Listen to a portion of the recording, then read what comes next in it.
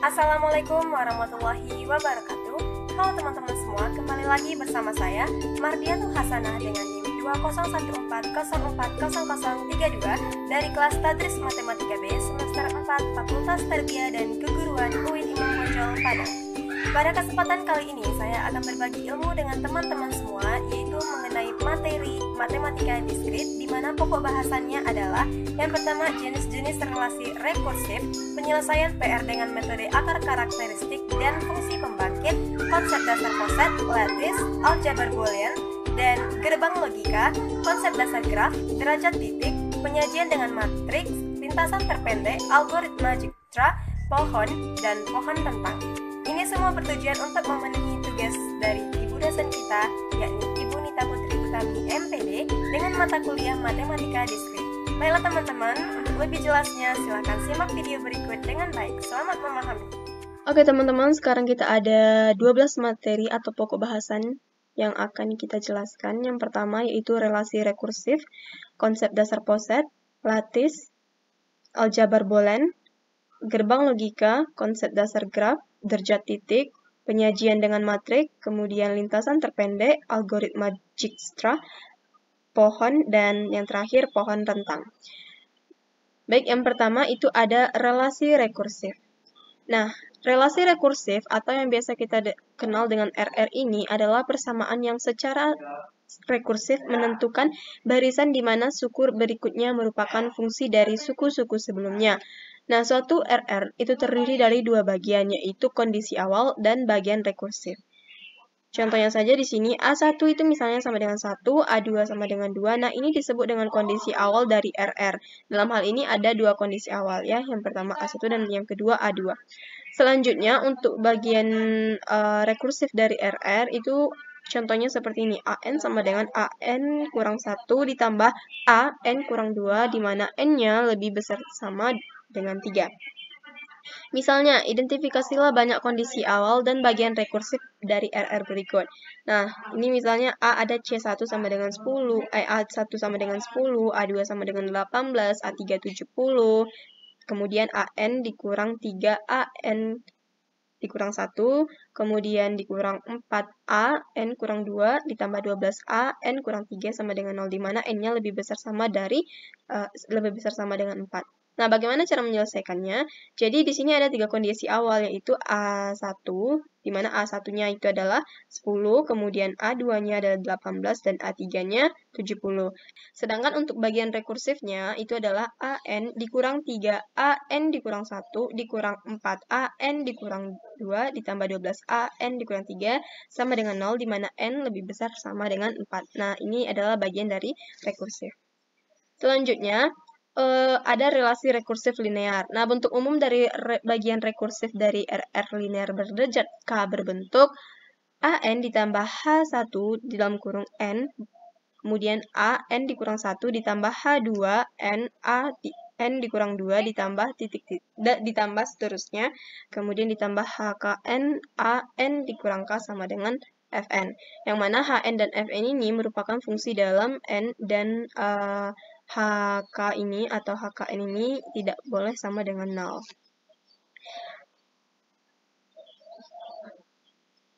RR linear ini dapat diselesaikan dengan dua cara, yaitu metode akar karakteristik dan fungsi pembangkit. Nah, kalau untuk contoh soalnya menggunakan metode akar karakteristik, bisa kita lihat pada soal berikut. Selesaikan RR berikut menggunakan metode akar karakteristik. Jadi, ketika A-nya itu diketahui A1-nya 2, A2-nya 6, kemudian AN dikurang 4A, N dikurang 1 ditambah 4A, N dikurang 2 sama dengan 0, di mana N-nya lebih besar sama dengan 3. Nah, cara menyelesaikannya yang pertama kita misalkan terlebih dahulu AN ini sama dengan XN. Maka itu akan diperoleh XN dikurang 4X pangkat N dikurang 1 ditambah 4X pangkat N dikurang 2 sama dengan 0. Kemudian, dengan membagi setiap suku dari yang ini tadi, yang ini, terus kita bagi dengan X pangkat N kuadrat, maka diperoleh persamaan karakteristiknya seperti ini. yaitu X kurang 2 dikuadratkan sama dengan 0. Jadi akar persamaan dari karakteristik relasi rekursif ini adalah 2 atau rangkap 2. Kemudian solusi umum dari relasi rekursif ini adalah AN sama dengan P0 di PO 2 pangkat N ditambah P0 ya, P0 2 pangkat N ditambah P1 N 2 pangkat N. Selanjutnya, kita substitusikan kondisi awal tersebut ke solusi umum. Nah, ini kan solusi umumnya tadi baru kita substitusikan sehingga kita dapatkan hasil darinya adalah 2P0 ditambah P4 P1 sama dengan 3. Kemudian setelah dilakukan eliminasi diperolehlah P0-nya setengah, P1-nya sama dengan setengah. Jadi dengan demikian diperoleh solusi relasi rekursifnya yaitu AN sama dengan setengah 2 pangkat N ditambah setengah N 2 pangkat N. Kita masukkan ke rumus yang ini tadi ya. Oke, untuk selanjutnya kita periksa kembali hasil yang diperoleh. Nah, dengan solusi khusus dari PR itu kita periksa kembali di mana A1-nya sama dengan 2, kemudian A1-nya sama dengan 2, di mana kita ganti ini menjadi, maksudnya ini A1 ya, ini A1, kemudian yang pangkat N ini kita ganti jadi 1 gitu. Di sini kan tadi pangkat N, berarti kita ganti jadi 1. Kemudian kalau dia A2 berarti N-nya kita ganti 2. Kemudian kalau N-nya 3 berarti kita ganti 3. Sehingga ketika dijumlahkan semuanya maka dapatlah 2, A1-nya 2, kemudian A2-nya 6, kemudian A3-nya 16. Kemudian kalau dengan PR pada soal berarti kan terbukti atau hasil kita itu benar karena A1-nya ketika kita cari periksa kembali dengan solusi khusus PR tadi, maka A1-nya 2. Dan pada soal A1-nya juga 2, A2-nya 6, kemudian A3-nya 16. Nah, seperti itu. Selanjutnya untuk contoh soal menggunakan fungsi pembangkit, maka caranya itu seperti ini. Nah, selesaikan relasi rekursif berikut dengan fungsi pembangkit. Soalnya seperti ini ya. Jadi penyelesaiannya itu seperti misalkan Px-nya itu adalah sigma dari atau jumlah dari AN X pangkat N. Nah, kalikan setiap suku pada bagian rekursif dengan X pangkat N, kemudian ambil sigmanya dari N tak hingga 2 sampai N sama dengan 2 sampai tak hingga, sehingga diperoleh seperti ini. Sigma AN X pangkat N dikurang sigma 3A N dikurang 1 X pangkat N ditambah sigma 2A N kurang 2 X pangkat N berarti sama dengan sigma 2 pangkat N di X pangkat N. Kemudian perubahan dari setiap ekspresi di atas itu dapat kita hasilkan seperti ini. Ini dia, kemudian teman-teman bisa melihatnya seperti ini. Kemudian yang ada C juga D. Selanjutnya kita gabung.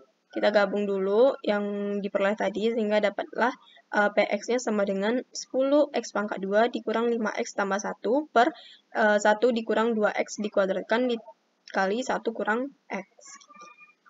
Nah, ketika setelah dapat hasilnya seperti ini, maka kita ubah dia menjadi bentuk umum, di mana A per 1 kurang 2x, kemudian B 1 kurang 2x kuadrat, tambah C dikurang 1 kurang X, seperti itu. Sehingga dapatlah Px-nya seperti ini. 2A ditambah 4C X kuadrat dikurang 3A tambah B tambah C X ditambah A tambah B tambah C per 1 kurang X dikali 1 kurang 2X pangkat 2. Nah, setelah kita selesaikan sistem persamaan tersebut, sistem persamaan linear ini, maka kita peroleh A ini sama dengan negatif 7, B-nya 2, C-nya 6. Sehingga kita masukkan lagi ke persamaan yang kita dapat terlebih dahulu tadi, berarti kita ganti A ini menjadi 7, kemudian kita ganti B-nya ini menjadi 2, kemudian kita ganti C-nya menjadi 6. Nah, maka diperolehlah solusi khusus dari PR tersebut, AN sama dengan 2N dikurang 5, 2 pangkat N ditambah 6. Nah, untuk latihannya, teman-teman bisa mengerjakan latihan dari relasi rekursif tersebut. Selanjutnya, kita masuk kepada konsep dasar poset. Jadi, suatu relasi biner R pada himpunan A dinamakan sebagai suatu relasi pengurutan tak lengkap atau relasi pengurutan parsial atau partial ordering relation jika ia bersikap refleksif, antisimetris, dan transitif. Berarti kan kalau itu sifatnya kalau refleksif atau bisa bersifat transitif, menghantar atau antisimetris atau tolak setangkup. Nah, untuk notasi relasi poset itu sendiri adalah seperti ini. Kecil sama dengan gitu kan, atau A kecil sama dengan B. Jadi pasangan kecil S, R lebih besar dari disebut himpunan menurut partial atau partiality order set atau poset. Selanjutnya istilah-istilah dalam poset itu ada seperti ini. Nah, bila kecil dari S itu adalah sebuah poset ya, yang ini dinamakan sebuah poset di mana A merupakan subhimpunan S dan A tidak sama dengan himpunan kosong. Jadi yang pertama, A itu elemen A disebut elemen minimal dari A jika tidak ada X anggota A sedemikian sehingga X ini lebih kecil sama dengan A. Kemudian yang kedua, ada A elemen atau A anggota A itu disebut elemen maksimal dari A jika tidak ada X anggota A sedemikian sehingga A ini lebih kecil sama dengan X. Lalu yang ketiga, ada A elemen A disebut elemen terkecil dari A jika A ini lebih kecil sama dengan X, kemudian semua anggota himpunan X adalah anggota A. Lalu yang keempat, itu disebut elemen terbesar dari A jika X ini lebih kecil sama dengan A. Kemudian semua X ini merupakan himpunan anggota A. Yang kelima, B ini elemen S disebut batas bawah dari A jika B lebih kecil sama X, di mana semua himpunan X ini merupakan anggota A. Selanjutnya ada yang keenam, B ini adalah anggota S disebut batas atas dari A jika X-nya merupakan kecil sama dengan B dan semua anggota X ini merupakan anggota A. Yang ketujuh, B elemen S disebut batas bawah terbesar atau infimum dari A jika setiap C yang merupakan batas bawah lain dari A itu berlaku C lebih kecil sama dengan B. Dan yang terakhir, B elemen S disebut batas atas terkecil atau supremum dari A jika untuk setiap C merupakan batas atas lain dari A, berlaku B kecil sama dengan C. Nah, untuk contoh soalnya, misalkan A sebuah himpunan bilangan bulat positif dan R sebuah relasi biner pada A sedemikian rupa sehingga A, B ada di dalam R jika A membagi habis B. Jadi, cara menjawabnya itu karena kan yang pertama, karena jika A habis membagi B, berarti B tidak membagi habis A, kecuali A-nya sama dengan B. Dan R adalah sebuah relasi antisimetrik. Nah, untuk yang selanjutnya kita lihat apakah dia relasi refleksif atau bukan gitu. Ternyata iya, karena setiap bilangan bulat itu membagi habis dirinya sendiri, maka dia relasi refleksif. Lalu syarat yang ketiga kita lihat karena A ini karena jika A habis membagi B, kemudian B habis membagi C, maka A ini habis membagi habis C gitu kan. Jadi R ini adalah sebuah relasi transitif. Jadi ketika ketiga syarat itu terpenuhi yaitu antisimetrik, refleksif, dan juga transitif, maka R adalah sebuah relasi pengurutan parsial. Nah, untuk latihannya teman-teman bisa mengerjakan ada 3 soal yang saya berikan. Untuk pembahasan selanjutnya kita bahas adalah lattice.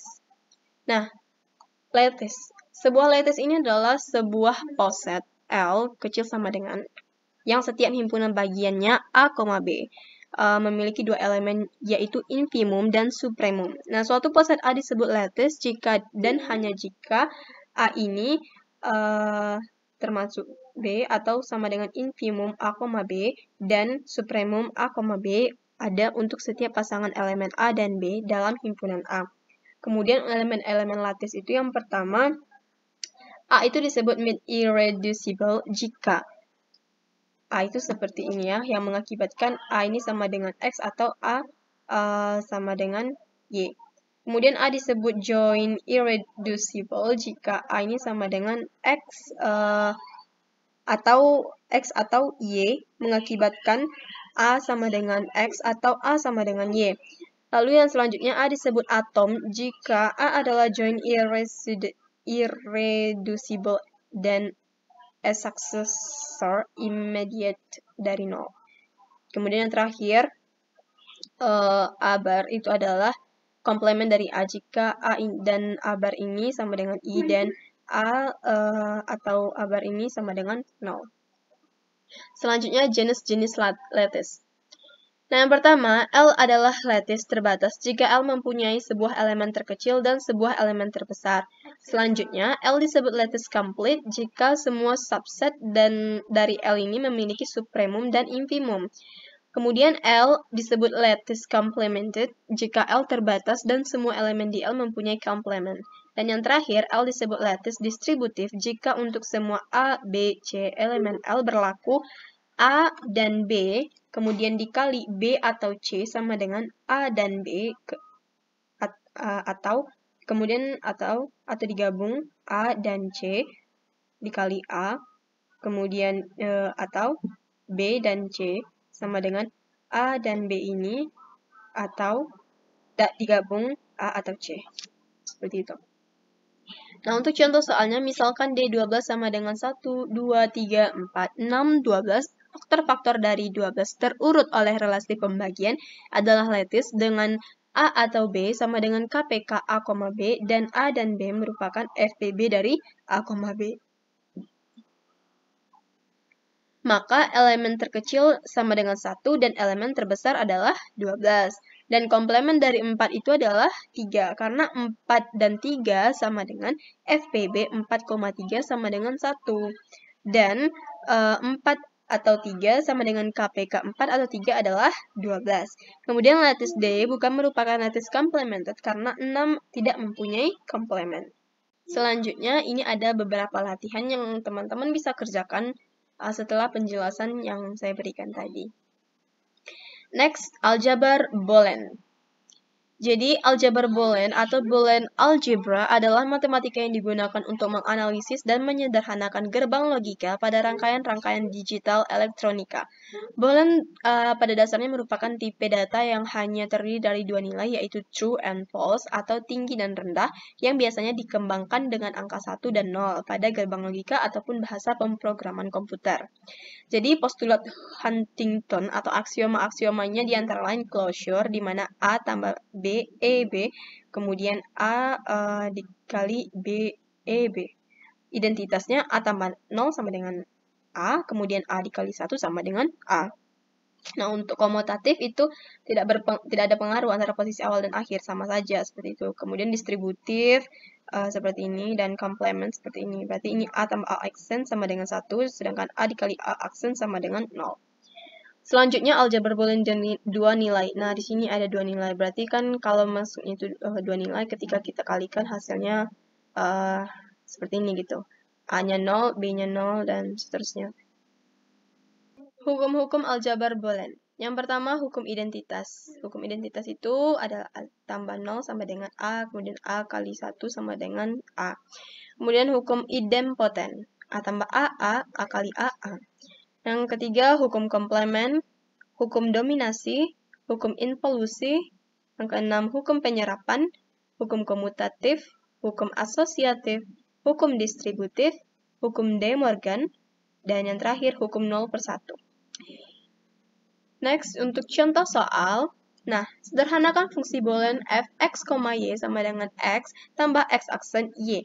Jadi, cara kita menjawabnya itu adalah seperti ini.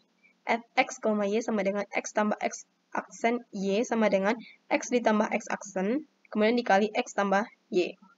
Seperti itu. Kemudian x tambah x aksen ini sama dengan 1, kemudian dikali x tambah y. Nah, ini kalau dikalikan hasilnya tetap ya, karena ini merupakan hukum identitas. Baiklah, silakan teman-teman untuk kerjakan latihan berikut ini. Ada 3 buah latihan. Selanjutnya kita masuk ke gerbang logika. Nah, gerbang logika atau logic gates merupakan rangkaian dengan satu atau lebih sinyal masukan atau input, tetapi hanya menghasilkan satu sinyal keluaran atau yang biasa kita kenal dengan output. Nah, gerbang dinyatakan dengan dua keadaan. Yang pertama, tegangan tinggi atau logika tinggi, atau high logic atau logika 1. Nah, kemudian tegangan rendah atau logika rendah, atau low logic atau logika 0. Dan rangkaian digital dirancang dengan menggunakan aljabar Boolean. Penemunya adalah George Boole. Selanjutnya, gerbang logika dasar. Yang pertama ada gerbang AND atau AND gate.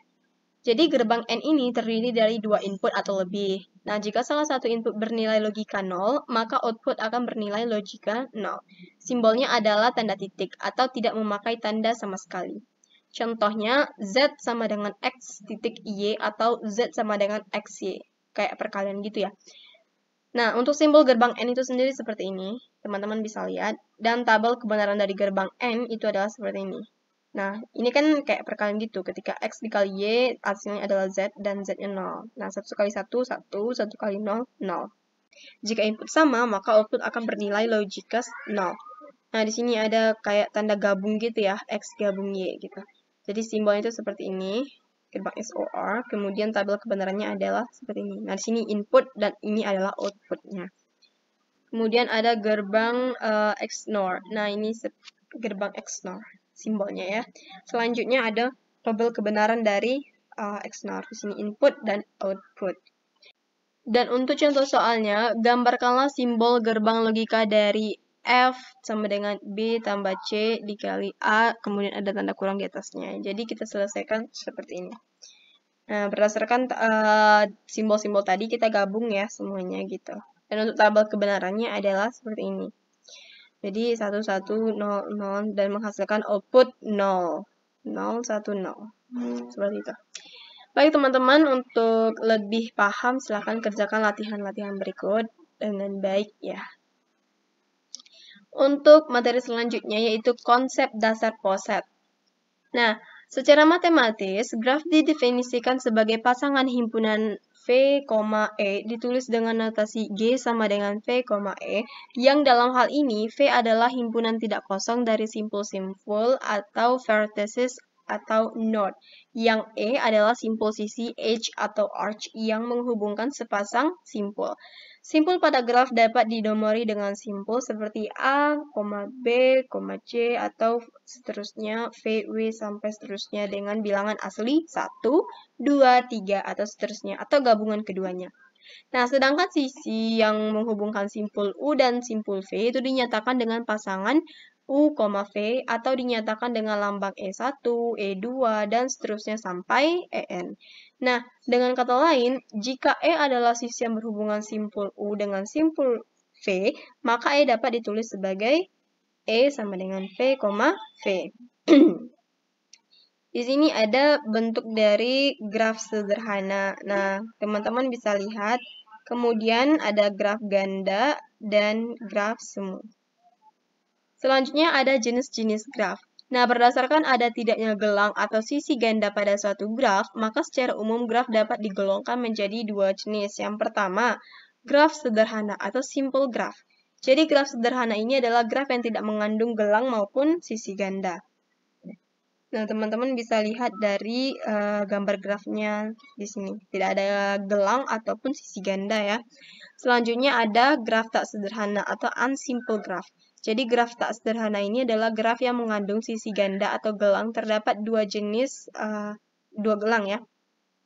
Maksudnya sisi ganda atau gelang. Jadi terdapat dua jenis graf tak sederhana itu. Yang pertama, graf ganda. Multigraph adalah graf yang mengandung sisi ganda. Nah, di sini ada sisi gandanya ya. Ini dia sisi gandanya. Kemudian graf semu itu adalah graf yang mengandung gelang atau loop. Di sini dia. Ini loopnya. Nah, seperti itu kira-kira. Jadi jadi ada lagi sisi pada graf dapat mempunyai orientasi arah. Nah, berdasarkan orientasi arah pada sisi, maka secara umum graf ini dibedakan menjadi dua jenis, di mana yang pertama, graf tak berarah atau undirected graph. Graf tak berarah yaitu graf yang sisinya tidak mempunyai orientasi arah. Nah, di sini tidak ada arah ya. Sedangkan yang kedua adalah graf berarah atau directed graph atau digraph. Nah, ini sisinya diberikan orientasi arah seperti ini, ada tanda-tanda panahnya gitu ya.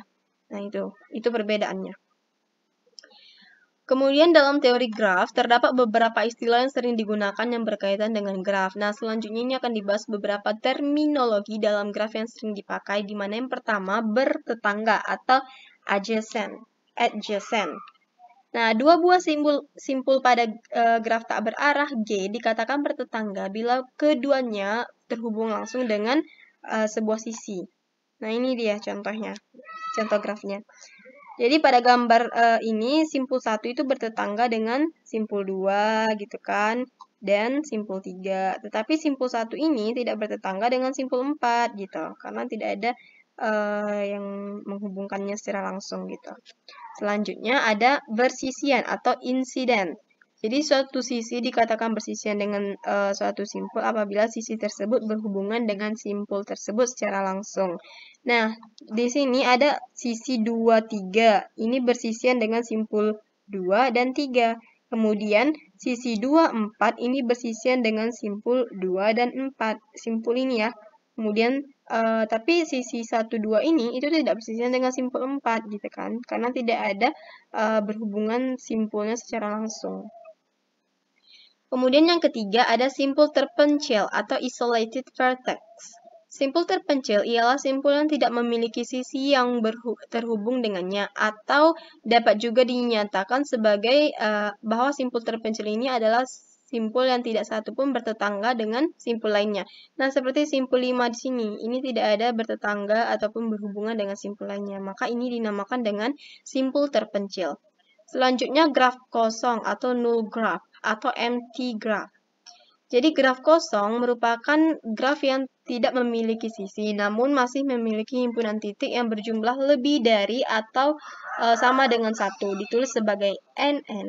N ini merupakan jumlah simpul. Jadi graf pada gambar ini adalah graf N5 karena simpulnya ada 5. Ada 5 ya. 1, 2, 3, 4, 5. Selanjutnya ada sirkuit atau siklus. Sirkuit atau siklus ini adalah lintasan yang berawal dan berakhir pada simpul yang sama. Jadi pada graf di samping ini ya, 1, 2, 3, 1, ini merupakan sebuah sirkuit. Jadi panjang sirkuitnya adalah jumlah sisi dalam sirkuit tersebut. Nah, sirkuit 1, 2, 3, 1 ini pada gambar ini memiliki panjang 3 gitu. Sebuah sirkuit ini dikatakan sirkuit sederhana jika setiap sisinya dilalui berbeda. Kemudian pada gambar 1, 2, 3, 1 ini itu adalah sirkuit sederhana. Sedangkan pada sirkuit 1, 2, 4, 3, 2, 1 itu bukan sirkuit kan? Itu bukan sirkuit sederhana karena sisi 1, 2-nya dilalui 2 kali gitu ya. Selanjutnya ada terhubung atau connected. Nah, dalam graf berarah, graf ini dikatakan terhubung jika pada setiap simpulnya terdapat sisi yang menghubungkannya, dan untuk setiap sisi berhubungan terdapat sisi yang dapat mencapainya. Dalam graf berarah, graf dikatakan terhubung jika graf tak berarahnya juga terhubung. Jadi di sini G1 dan G2 pada gambar ini adalah graf terhubung, sedangkan G3 tidak, gitu ya. Next, upagraf atau subgraf dan komplement upagraf. Nah, jika terdapat graf G sama dengan F, E, maka graf G1 sama dengan V1, E1 disebut upagraf dari G jika V1 merupakan himpunan bagian dari V dan E1 merupakan himpunan bagian dari E. Nah, bagian yang tidak termasuk upagraf disebut dengan komplement upagraf. Jadi, komplement dari upagraf G1 terdapat graf G adalah graf G2 sama dengan V2, E2 sedemikian sehingga E2 ini sama dengan E dikurang E1 dan V2 adalah simpul yang anggota-anggotanya E2 bersisian dengannya gitu. Contohnya seperti gambar di bawah. Nah, pada gambar ini adalah graf G1. Sebuah kalau yang B ini merupakan sebuah graf dari G1 itu yang diambilnya ini ya, yang ini. Kemudian yang C merupakan komplement dari upagraf gambar dari B. Nah, ini yang diambilnya dari C tersebut. Selanjutnya ada upagraf merentang atau spanning subgraph. Nah, upagraf G1 sama dengan V1, E1 dari graf G sama dengan V, E dikatakan upagraf merentang jika upagraf G1 mengandung semua simpul dari G. Jadi pada gambar G1 itu merupakan upagraf merentang dari G, tetapi G2 ini bukan merupakan upagraf merentang dari G gitu ya, karena G2 ini tidak mengandung semua simpul G. Selanjutnya, cut set. cut set ini adalah himpunan sisi dari graf terhubung G yang apabila dibuang dari G akan menyebabkan graf G menjadi graf tidak terhubung. Jadi, cut set ini selalu menghasilkan dua buah komponen terhubung. Nah, contohnya seperti pada gambar. Jadi, pada gambar 1,2, 1,5, ya, yang ini ya. 1,2, 1,5, kemudian 3,5, 3,4, ini adalah cut set. Nah, terdapat banyak cut set pada sebuah graf terhubung. Jadi, himpunan 1,2, 2,5 ini adalah cut set. Kemudian 1,3, 1,5, 1,2 itu juga merupakan cut set. Sedangkan 26 juga cut set ya. 26 juga cut set, tetapi 12, kemudian 25, kemudian 45. Nah, ini bukan cut set, sebab himpunan bagiannya adalah 12, 25 adalah cut set gitu. Jadi, dia itu terdapat cut set di dalam cut set gitu. Jadi, tidak bisa dikatakan sebagai cut set. Oke, yang ke-12 ada graf berbobot. Next, graf berbobot atau weight graph. Graf berbobot adalah graf yang setiap sisinya diberi sebuah harga atau bobot. Nah, gambar berikut merupakan contoh graf berbobot. Selanjutnya ada contoh soal. Jadi, yang ini, G1 ini adalah graf dengan himpunan simpul V dan himpunan sisi E. Jadi, V-nya adalah 1, 2, 3, 4. Sedangkan untuk E-nya 1, 2, 1, 3, 2, 3, 2, 4, dan 3, 4. Untuk G2, V-nya adalah tetap sama juga 1, 2, 3, 4. Tetapi untuk E-nya 1, 2 ini merupakan E1, kemudian 2, 3 merupakan E2, 1, 3, ya 1, 3 ini ada 2 kali ya, karena dia ganda, punya gelang gitu ya. Ini merupakan E3 dan E4, dan 2, 4 itu merupakan E5, kemudian 3, 4 ada ganda lagi, ini merupakan E6 dan E7. Selanjutnya ada G3, jadi di sini V-nya tetap juga sama, kemudian dia itu memiliki 3-nya ini 3,3 karena dia memiliki loop gitu, sehingga dihitunglah jadi E8. Untuk latihannya, teman-teman bisa mengerjakan ada 3 buah latihan yang saya berikan untuk memaksimalkan pemahaman mengenai graf ini ya. Oke, untuk pembahasan selanjutnya yaitu derajat titik. Jadi, derajat suatu simpul pada graf tak berarah adalah jumlah sisi yang bersisian dengan simpul tersebut. Nah, notasinya itu adalah D dalam kurung V menyatakan graf simpul V. Nah, ini dia gambarnya ya. Selanjutnya, macam-macam derajat titik itu ada derajat minimum, derajat maksimum, barisan deret, derajat titik beraturan, dan gelung atau self-loop. Dalam perspektif lain, macam-macam derajat titik itu ada simpul ganjil, genap, bergantung, dan terpencil. Nah, untuk derajat pada graf berarah, derajat simpul V itu dinyatakan dengan D in V sama dengan derajat masuk sama dengan jumlah busur yang masuk ke simpul V. Sedangkan D out V itu derajat keluar atau jumlah busur yang keluar dari simpul V. Jadi DV itu sama dengan D in V ditambah D out V. Nah, seperti ini dia. Kemudian ada derajat tak berarah. Nah, jadi menghitung derajat pada graf tidak berarah ini merupakan jumlah keseluruhan dari derajat suatu simpul. Seperti itu.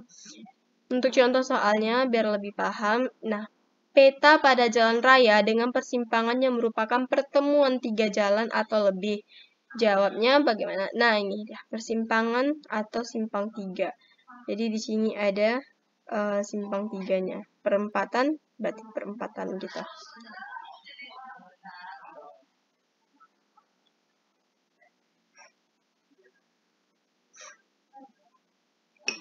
Baiklah teman-teman, untuk lebih paham silakan kerjakan latihan berikut. Oke, untuk pembahasan selanjutnya yaitu penyajian dengan matrik. Matrik, penyajian graf. Jadi misalkan disajikan graf G dalam matriks ruas B ukuran M kali 2, maka setiap baris matriks itu menyatakan ruas. Misalnya baris 47 menyatakan ada ruas menghubungkan simpul 4 dan 7. Jadi matriks adjacency dari graf G itu matriks yang menghubungkan vertex dengan vertex tanpa harus sejajar dengan matriks A berukuran N kali N yang bersifat misalnya 1. Nah, bila ruasnya itu V1, Pj. Kalau 0 bila dalam hal lain, seperti itu. Selanjutnya, ada matriks adjacency ini merupakan matriks simetri. Nah, untuk graf dengan ruas sejajar, matriks adjacency ini didefinisikan sebagai berikut. Nah, matriks adjacency P bila ada P buah ruas menghubungkan P1, Pj, di mana P ini lebih besar dari 0. Kemudian 0 bila dalam hal lain ya. Kemudian matriks invariance dari graf G, yaitu matriks menghubungkan vertex dengan edge tanpa self-loop, didefinisikan sebagai matriks M berukuran N kali M sebagai berikut. Nah, 1. Bila ada ruas EJ berujung di simpul VI. Kalau dia 0 berarti dalam hal lain gitu ya.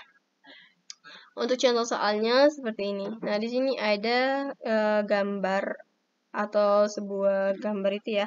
Kemudian kita lihat bagaimana matriks dari ruasnya. Jadi di sini ada matriks ruasnya 1, 1 dan seterusnya. Atau matriks ini bisa kita ubah menjadi seperti ini. 1, 2, 1, 3 gitu ya, 1, 2, 1, 3, kemudian 1, 4, dan seterusnya sampai 4, 5. Atau secara berpasangan boleh 1,2, 1,3, dan seterusnya. Selanjutnya, ada graf terarah atau directed graph atau digraf.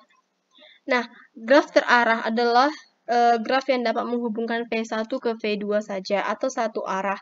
Maksimum jumlah busur dari N simpul adalah N dikurang 1. Suatu graf berarah atau directed graph D ini terdiri dari dua himpunan, di mana himpunan himpunan pertama yaitu himpunan P, anggotanya disebut simpul. Kemudian himpunan A merupakan himpunan pasangan terurut yang disebut ruas berarah atau arcus. Selanjutnya, gambar di bawah ini adalah sebuah graf berarah. Nah, ini dia gambarnya. Jadi, 1V itu mengandung 4 simpul, yaitu ini dia 1, 2, 3, 4. Jadi A mengandung 7 arcus, yaitu 1, 4, kemudian 2, 1, kemudian 21-nya 2 kali ya, 21 sini, kemudian 21 sini, satu lagi. Kemudian 4, 2, kemudian 2, 3, 4, 3, dan 2. Nah, arcus 2,2 ini disebut gelang atau self-loop, sedangkan arcus 21 itu muncul lebih dari satu kali disebut arcus sejajar atau arcus berganda. Selanjutnya ada graf tak berarah atau undirected graph. Graf tak berarah adalah graf yang menghubungkan dua vertex V1 ke V2 dan V2 ke V1 atau dua arah. Bila vertex sama dengan N, maka graf tak berarah komplit akan mempunyai busur H sama dengan N dalam kurung N dikurang 1 per 2. Nah, ini dia ya busur H atau ARC tadi. Ini merupakan simpul vertex atau node. Nah, yang dapat dilakukan dari ini itu adalah V1 dikurang V2 sama dengan V1 kurang V2 juga gitu. Kemudian V1 dikurang V4 sama dengan V4 dikurang V1 dan seterusnya. Untuk latihannya dan biar teman-teman lebih paham, silahkan kerjakan dua latihan berikut ya dengan baik. Selanjutnya lintasan terpendek. Nah, persoalan lintasan terpendek yaitu menemukan lintasan terpendek antara dua atau beberapa simpul lebih yang berhubungan. Nah, persoalan mencari lintasan terpendek di dalam graf ini merupakan salah satu persoalan optimasi. Persoalan ini biasanya direpresentasikan dalam bentuk graf. Selanjutnya, graf yang digunakan dalam pencarian lintasan terpendek atau short path adalah graf berbobot atau weight graph, yaitu graf yang setiap sisinya diberikan suatu nilai atau bobot. Nah, bobot pada sisi graf dapat menyatakan jarak antar kota, waktu pengiriman pesan, ongkos pembangunan, dan sebagainya. Selanjutnya ada macam-macam persoalan lintasan terpendek, di mana yang pertama, lintasan terpendek antara dua buah simpul tertentu, kemudian lintasan terpendek antara semua pasangan simpul, lalu lintasan terpendek dari simpul tertentu ke semua simpul yang lain, dan yang terakhir, lintasan terpendek antara dua buah simpul yang melalui beberapa simpul tertentu. Nah, untuk contoh soalnya seperti ini. Pada tahun 2000 sudah banyak algoritma mencari lintasan terpendek yang pernah ditulis. Algoritma yang dipakai pada persoalan lintasan terpendek ada beberapa, yaitu algoritma Dijkstra, algoritma A, algoritma Flow-Warshall, dan beberapa algoritma lainnya. Untuk contohnya terdapat pada pembahasan selanjutnya ya. Baiklah teman-teman, ini ada latihan, silakan dikerjakan. Pembahasan selanjutnya itu mengenai algoritma Dijkstra. Algoritma Dijkstra adalah sebuah algoritma yang dipakai dalam memecahkan jarak terpendek untuk sebuah graf berarah. Pernyataan dari algoritma Dijkstra ini adalah permasalahan rute terpendek dari sebuah titik ke akhir titik lain adalah sebuah masalah klasik optimasi yang banyak digunakan untuk menguji sebuah algoritma yang diusulkan. Permasalahan rute terpendek ini dianggap cukup baik untuk mewakili masalah optimalisasi karena permasalahannya mudah dimengerti, hanya menjumlahkan seluruh edge yang dilalui, namun memiliki banyak pilihan solusi. Selanjutnya, deskripsi matematis untuk grafik dapat diwakili G sama dengan V, E, yang berarti sebuah grafik G ini didefinisikan oleh satu set simpul atau vertex sama dengan V, dan koleksi H atau E. Selanjutnya ada prinsip kerja algoritma Dijkstra. Nah, untuk langkah-langkahnya itu dapat kita lakukan sebagai berikut. Yang pertama, tentukan titik mana yang menjadi node awal, lalu beri bobot jarak pada node pertama ke node terdekat satu persatu. Maka algoritma Dijkstra akan melakukan pengembangan pencarian dari satu titik ke titik lain dan ke titik selanjutnya melalui tahap demi tahap. Kemudian berikan nilai bobot jarak untuk setiap titik ke titik lainnya, lalu set nilai 0 pada node awal dan nilai tak hingga pada node lain yang tidak dapat dijangkau oleh node awal. Yang ketiga, set semua node yang belum dilalui dan set node awal sebagai node keberangkatan. Dari node keberangkatan, pertimbangkan node tetangga yang belum dilalui dan hitung jaraknya dari titik keberangkatan. Jika jarak ini lebih kecil dari jarak sebelumnya yang telah terekam sebelumnya atau yang telah terekam sebelumnya, hapus data lama, simpan ulang data dengan jarak yang baru. Kemudian yang kelima, saat selesai mempertimbangkan setiap jarak terhadap node tetangga, tandai node yang telah dilalui sebagai node dilewati. Node yang dilewati tidak akan pernah dicek kembali. Jarak yang disimpan adalah jarak terakhir dan yang paling minimal bobotnya. Set node belum dilewati dengan jarak terkecil atau dari node keberangkatan tadi. Nah, sebagai node keberangkatan selanjutnya dan ulangi langkah 5. Untuk soalnya, tentukanlah jarak terpendek dari A ke F. Nah, di sini ada A ke F. Berarti kita menentukan jarak ini ke sini, jarak terpendek. Nah, untuk jarak terpendeknya berarti kita harus mengklarifikasikannya di dalam bentuk sebuah tabel sehingga kita memperoleh kesimpulan. Diperoleh ada 2 gitu ya. Yang pertama A, C, kemudian D, F. Nah, ini dia. Ini panjangnya 8 gitu ya. Karena ACF ini adalah 3 tambah 2 tambah 3. Selanjutnya melalui ACDEF. ACDEF. Nah, ini panjangnya 7. Yaitu 3 tambah 2, 6. 5 tambah 1, 6. Kemudian tambah 1 lagi, 7. Maka lintasan terpendeknya adalah ACDEF. Seperti itu. Selanjutnya, ini adalah latihan. Silakan teman-teman kerjakan biar lebih memahami materi. Next, kita beralih kepada materi pohon. Nah, pohon atau tree merupakan graf tak berarah yang terhubung dan tidak memiliki sirkuit. Ada dua sifat penting pada pohon, yaitu terhubung dan tidak mengandung sirkuit. Pada gambar di bawah ini, hanya G1 dan G2 yang pohon, sedangkan G3 dan G4 itu bukan pohon. G3 bukan pohon karena ia mengandung sirkuit, D, F, A. Sedangkan G4 bukan pohon karena ia tidak terhubung dengan persilangan dua buah sisi, dalam hal ini sisi AF dan sisi BE, itu karena titik silangnya bukan menyatakan simpul. Selanjutnya sifat-sifat pohon, yaitu teoremanya ada misalkan G sama dengan V, E adalah graf tak berarah sederhana dan jumlah simpulnya N. Maka semua pernyataan di bawah ini adalah ekivalen. Yang pertama, G adalah pohon. Yang kedua, setiap pasang simpul di dalam G terhubung dengan lintasan tunggal. Yang ketiga, G terhubung dan memiliki M, di mana M ini sama dengan N kurang 1 buah sisi. G tidak mengandung sirkuit dan memiliki M sama dengan N kurang 1 buah sisi. G tidak mengandung sirkuit dan penambahan satu sisi pada graf akan membuat hanya satu sirkuit. G terhubung dan semua sisinya adalah jembatan. Dan teorema di atas dapat dikatakan sebagai definisi lain dari pohon. Untuk contoh soalnya, tentukanlah daun dan titik cabang pohon pada gambar di bawah ini.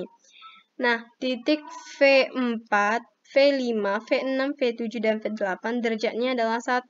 Jadi titik-titik ini merupakan daun. Sedangkan titik V1, V2, dan V3 derajatnya masing-masing lebih besar dari 1. Maka titik-titik ini disebut titik cabang. Baik teman-teman, silakan kerjakan latihan-latihan berikut dengan baik. Oke, next kita masuk ke pohon rentang atau pembahasan kita yang terakhir. Nah, pohon merentang adalah upah graf merentang yang berupa pohon dari graf terhubung. Jadi pohon merentang diperoleh dengan memutuskan sirkuit di dalam graf. Dan setiap graf terhubung mempunyai paling sedikit satu buah pohon merentang.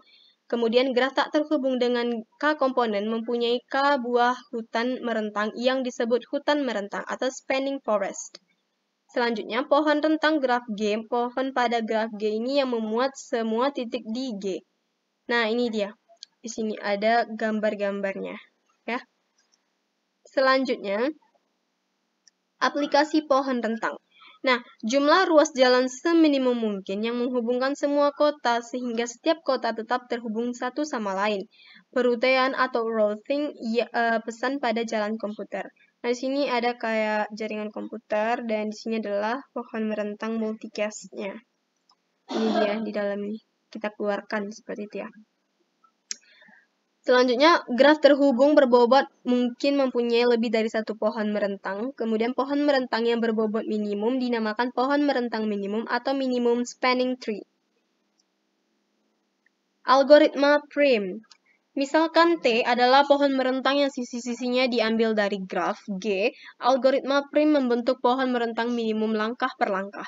Pada setiap langkah kita mengambil sisi E dari graf G yang mempunyai bobot minimum dan bersisian dengan simpul-simpul di dalam T, tetapi E ini tidak membentuk sirkuit di dalam T.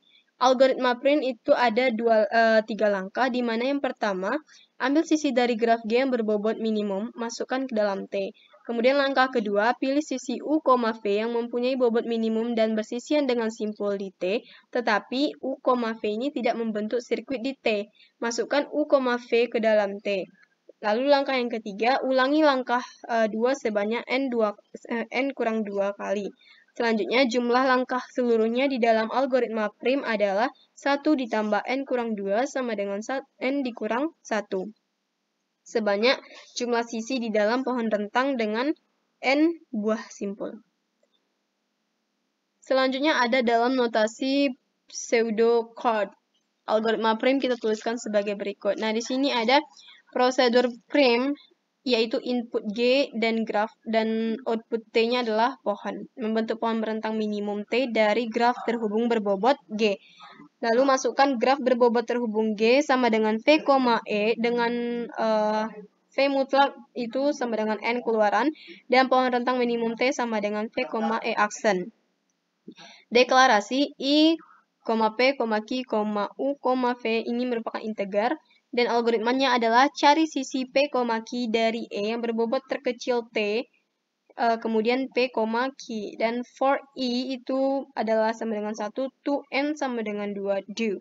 Pilih sisi U, V dari E yang berbobot terkecil namun bersisian dengan simpul di T. Selanjutnya, T ini diubah menjadi T gabung U, V.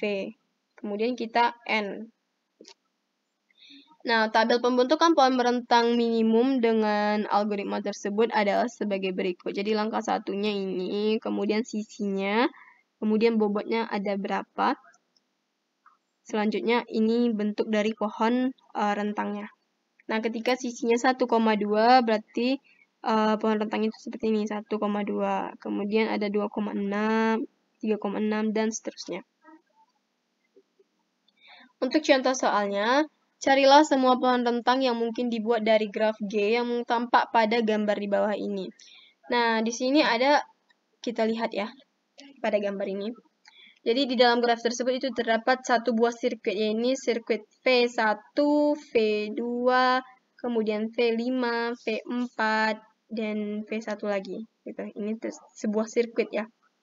Nah, karena pohon merupakan graf yang tidak memiliki sirkuit dan pohon rentang adalah subgraf yang harus melibatkan semua titik dalam G, pohon rentang dari graf di atas itu dapat dilihat pada gambar ini. Jadi di sini ada V1, V2, V5, V2, kemudian V3, dan V6. Jadi dia tidak membentuk sirkuit ya. Kalau dia membentuk sirkuit berarti dia bukan lagi menjadi pohon rentang. Seperti itu. Baiklah teman-teman, untuk lebih memahami materi dari pohon rentang tadi, silakan kerjakan soal-soal berikut dengan baik ya. Baiklah teman-teman, mungkin sekian yang dapat saya sampaikan mengenai materi-materi di dalam pembelajaran matematika diskrit. Semoga ilmu yang teman-teman terima itu bermanfaat dan dapat teman-teman terapkan dalam kehidupan sehari-hari. Salah dan janggalnya saya mohon maaf dan saya akhiri dengan alhamdulillahirabbil alamin. Assalamualaikum warahmatullahi wabarakatuh.